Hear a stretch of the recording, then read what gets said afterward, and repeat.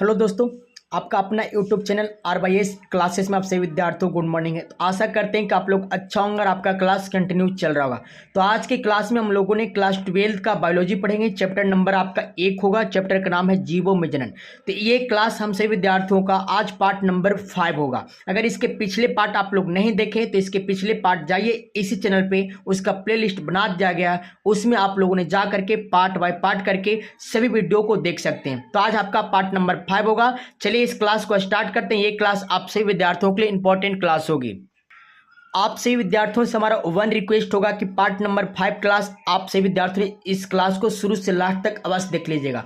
तो हम लोग देख लेते हैं कि पार्ट नंबर 4 में कहां तक क्लास किए थे। पार्ट नंबर 4 में हम लोग क्लास देख लेते हैं अर्धवायवीय तना के द्वारा कायजनन किसे कहते हैं, इसका परिभाषा देख लेते, इसका एग्जाम्पल देख लेते। उसी तरह से अगला प्रश्न हम लोग देखे थे कृत्रिम कायजनन किसे कहते हैं, इसका परिभाषा हम लोग ने देख लिए थे और इसका हम लोग प्रकार देख लिए। तो आज कृत्रिम कायजनन का कौन कौन से प्रकार होते हैं और इसका परिभाषा देखेंगे। तो आप सभी विद्यार्थियों के लिए क्लास इंपॉर्टेंट होगी। आप लोगों ने इस क्लास को अपने अपने दोस्तों के पास शेयर कर दीजिए।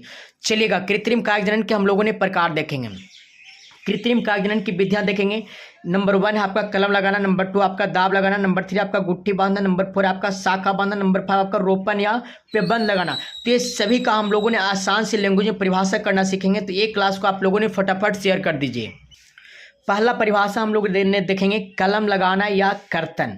कलम लगाना या कर्तन, तो आप सभी विद्यार्थियों को परिभाषा लिखना है। इस विधि में अच्छे विकसित परिपक्व पादपों की शाखाओं पर कुछ कक्षांश कलिकाएं का होना आवश्यक है। कक्षांश कलिकाएं का मतलब क्या होता है? कक्षांश कलिकाएं का मतलब होता है कि मान लेते हैं ये आपका पौधा है, ये आपका क्या है, पौधा है। तो पौधा को इस तरह से काटना है ना, कुछ में कक्षांश कलिकाएं होना चाहिए। जैसे में गोल नहीं काटना है, गोल आपको नहीं काटना। अगर गोल काटोगे ना तो इसमें कक्षांश कलिकाएं उत्पन्न नहीं होगी। आपको इस तरह से तिरछा काटना है। इस तरह से जब तिरछा काटोगे तो थोड़ा नुकीला नुमा टाइप का कटेगा। तो उसी को हम लोगों ने कक्षांश कलिकाएं बोलते हैं। क्या बोलते हैं? कक्षांश कलिकाएं बोलते हैं। हम आपको फिगर के माध्यम से समझाने का प्रयास करेंगे, बस आप यहां पे इतना समझ लीजिए। तो आपको लिखना है इस विधि में अच्छे विकसित परिपक्व पादपों की शाखाओं पर कुछ कक्षांश कलिकाएं का होना आवश्यक होता है। शाखा के भूमिगत भाग की पर्व संध्या से अपस्थानिक जड़ें निकलते हैं। क्या निकलते हैं? शाखा की भूमिगत भाग की पर्व संध्या से अपस्थानिक जड़ें निकलती है। इनकी कक्षांश कलिकाएं वृद्धि करके एक नए पौधों का निर्माण कर देती है। इसे ही क्या कहते हैं? कलम लगाना, कायक जनन कहते हैं। आप सभी विद्यार्थियों को समझ में आ गया होगा। जैसे में हमने एग्जाम्पल के माध्यम से समझेंगे। गुलाब पौधा में क्या जा सकता है? किसमें? गुलाब पौधा में क्या जा सकता है? गन्ना मतलब ईख बोल सकते हो। ईख पौधे में क्या जा सकता है? गुड़हल के पौधे में क्या जा सकता है? मतलब कलम लगाया जा सकता है गुलाब में, ईख में, गुड़हल में। अब हम आप लोग ने देखेंगे ये गुलाब का पौधा के हमने कलम लगाया है। किसका? गुलाब के पौधा का क्या लगाया? कलम लगाया। तो देखिएगा कक्षांश कलिका आपका यही है। हमने किसी गुलाब के पौधे से टहनिया को काटे और इस रूप में काटे हैं ना, कि उसमें कक्षांश कलियां होना अनिवार्य। देखिए गोल कटा हुआ नहीं ना, ये तिरछा कटा हुआ है। क्या है? तिरछा। और यहीं पे क्या होता है? नए पौधों का क्या होती है? निर्माण होता है। क्या परिभाषा दे?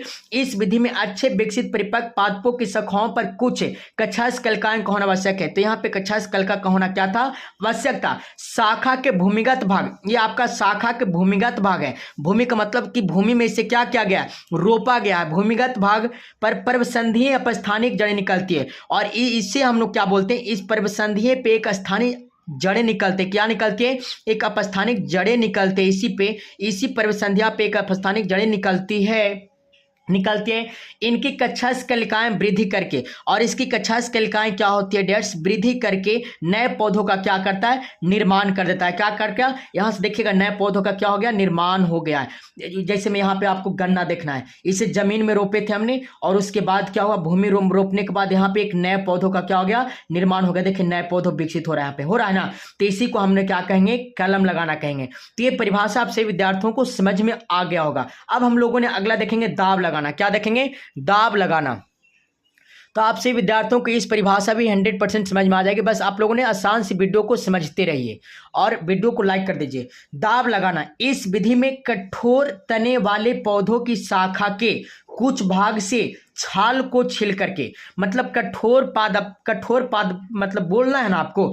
इस विधि में कठोर तना वाले, तना कैसा होना चाहिए? कठोर तने वाले पौधों की शाखा के कुछ भाग से छाल को क्या करें? जैसे मान लेते हैं कि आपका पौधा है, अब पौधा के एक कठोर कोई भाग है, तना है। अभी तना को हमने क्या करेंगे ना, अपने पसुली के माध्यम से या तो कोई औजार के माध्यम से इस शाखा को क्या करेंगे, इस तरह से छील लेंगे। शाखा को इस तरह से छील लेंगे, क्या कर देंगे, छील लेंगे, है ना। शाखा को क्या करना है, छाल को छीलकर उसको झुकाकर नम मिट्टी में दबा देते हैं। कैसे, झुकाकर के नम मिट्टी में दबा देते हैं। कुछ दिनों बाद उससे जड़ें निकलती हैं, और कुछ दिन बाद क्या होता है, उससे जड़ें निकल आती है।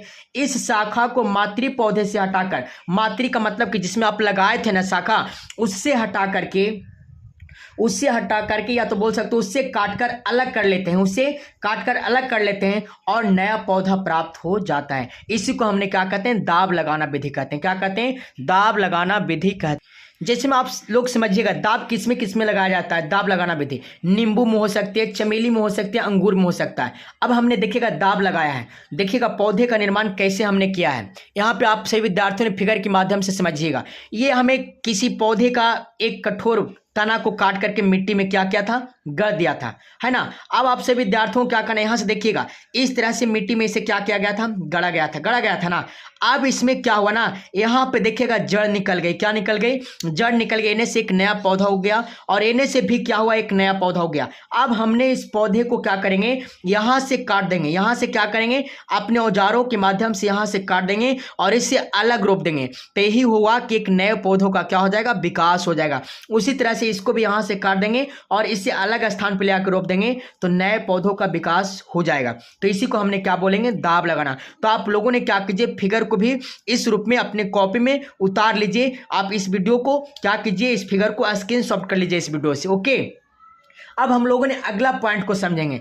अगला पॉइंट आपका क्या होगा, गुट्ठी लगाना। क्या होगी, गुट्ठी लगाना। गुट्ठी कैसे लगाया जाता है, तो इसमें पौधे की शाखा के कुछ भाग की छाल निकालकर गीली मिट्टी लगाकर क्या करेंगे, गीली मिट्टी लगाकर सूती कपड़े से बांध देते हैं। क्या करते हैं, इसमें पौधे की शाखा के कुछ भाग की छाल को निकालकर गीली मिट्टी लगाकर सूती कपड़े से बांध देते हैं। कुछ दिनों के बाद इससे अपस्थानिक जड़ें निकलती है और इस जड़ें युक्त शाखा को काटकर नए पौधों के रूप में उगा लिया जाता है। जैसे हम आपसे विद्यार्थियों को फिगर के माध्यम से समझाएंगे कि गुट्ठी कैसे लगाया जाता है। जैसे में आपसे विद्यार्थियों को समझना है, ये आपका एक पेड़ है, ये आपका क्या है, एक पौधा है, और पौधा को इस भाग में हमने गुट्ठी लगाने का काम किया है। इस स्थान पे क्या क्या, इस शाखाओं के हमने क्या छाछ लिया है। छाछ का मतलब यहाँ पे हमने क्या किए, इसके छाल को हटा करके और इसमें क्या किए, मिट्टी लपेट दिए। क्या किए, मिट्टी लपेट दिए। और मिट्टी लपेटने के पहले आपसे विद्यार्थियों को क्या करना है, इसके पहले आसानी पूर्वक इस स्थान पे छाछ लेना है, मतलब छाल को हटा लेना है और सूती कपड़े के माध्यम से मिट्टी डाल के उसमें लपेट देना है। इस तरह से हमने लपेट दिया है। अब इसमें क्या करना है, यहाँ से क्या करना है, यहाँ से हमने एक काम किए, यहाँ से एक घड़ा लिए हैं और घड़ा में हल्का सा छेद किए और घड़ा को अगले टहनिया में लटका दिए। अगले टहनिया में क्या किए, लटका दिए और छेद इसलिए किया, और घड़ा में हमने क्या किया, पानी डाल दिया और पानी डाल दिया और घड़ा से बूंदे बूंद करके इस पे पानी गिरते रहेगी। पानी क्या होते रहेगी, बूंदे बूंद पानी गिराना, ये ना कि ज्यादा मात्रा में पानी गिराना है। तो ये क्या हो जाएगी ना कि यहाँ पे मिट्टी जो आपने कपड़े में बांधे या मिट्टी धुवाल जाएगी, क्या हो जाएगी, धुला जाएगी। तो आपका नए पौधे का विकास नहीं हो पाएगा। आपको बूंद बूंद इस पे पानी गिराना है ताकि इसे सूखे भी नहीं देना है, इसमें नमी बनी रहे। हम ऐसा इसलिए किया है ना, घड़ा हमने इसलिए यहाँ पे लटकाया है कि यहाँ पे नमी क्या रहे, बनी रहे। जब बूंदे बूंद पानी इस पे गिरते रहेगा तो नमी क्या होगी, बनी रहेगी। तो इसका परिभाषा आपसे विद्यार्थियों को हमने क्या सिखाया था, इसमें पौधे की शाखा के कुछ भाग छाल लेते हैं। तो कुछ भाग को हमने क्या किया, छाल करके निकाल करके गीली मिट्टी लगाकर सूती कपड़े से इसे क्या कर दिया, गीली मिट्टी लगा करके इस छाल को सूती कपड़े से हमने क्या किया, बांध देते हैं। अब कुछ दिनों के बाद इससे अपस्थानिक जड़ें निकलते हैं। क्या निकलती है, कुछ दिन के बाद इससे क्या होगी ना, अपस्थानिक जड़ें निकलेगी। क्या निकलेगी, अपस्थानिक जड़ें निकलेगी। और इस जड़े को युक्त को शाखा को काटकर अब हमने क्या करेंगे, यहाँ से काट देंगे, यहाँ से काट करके अलग ले आकर हम लोग रोप देंगे। इसी को हमने क्या कहेंगे, गुट्ठी बांधना कहेंगे। तो आपसे विद्यार्थियों को ये भी प्रश्न 100% समझ में आ गया होगा। तो अभी तक आप लोगों ने इस वीडियो को लाइक नहीं किया तो लाइक कर दीजिए, चैनल को सब्सक्राइब नहीं किया तो एक बार सब्सक्राइब करके अपने अपने दोस्तों के पास शेयर कर दीजिए। अगला पॉइंट हम लोग समझेंगे शाखा बंधन। शाखा बंधन क्या है?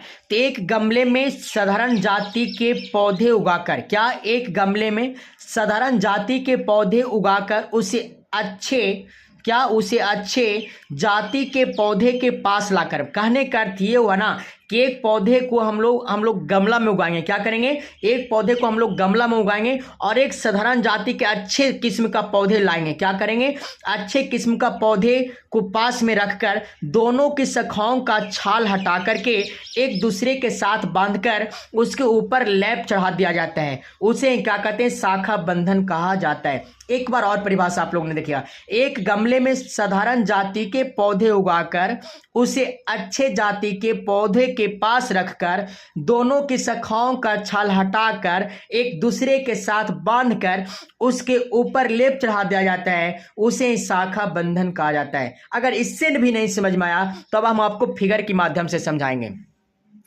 चलिएगा, ये आपका कोई गमला में फिगर है, गमला में आपका पौधा है। ये क्या आपका, मान लेते हैं गमला में आपका पौधा है। अब आपको क्या करना है? हमने क्या आपका परिभाषा दिया कि एक गमले में पौधे, क्या एक गमला में साधारण पौधा, एक गमला में क्या साधारण पौधे को उगाकर उसे अच्छे जाति के पौधे पास लाकर, हमने एक गमला में इस पौधा को उगाया था, इस पौधा को क्या था? उगाया था। और एक अच्छे किस्म का पौधा को हमने इस पौधा को लाने का काम किया था। अब ये दोनों पौधों के बीच में क्या ना कि मतलब इसके छाल को यहां से दोनों को हटा लिया। क्या छाल को यहां से दोनों को हमने क्या हटा करके एक दूसरे के साथ चिपका करके बांध दिया।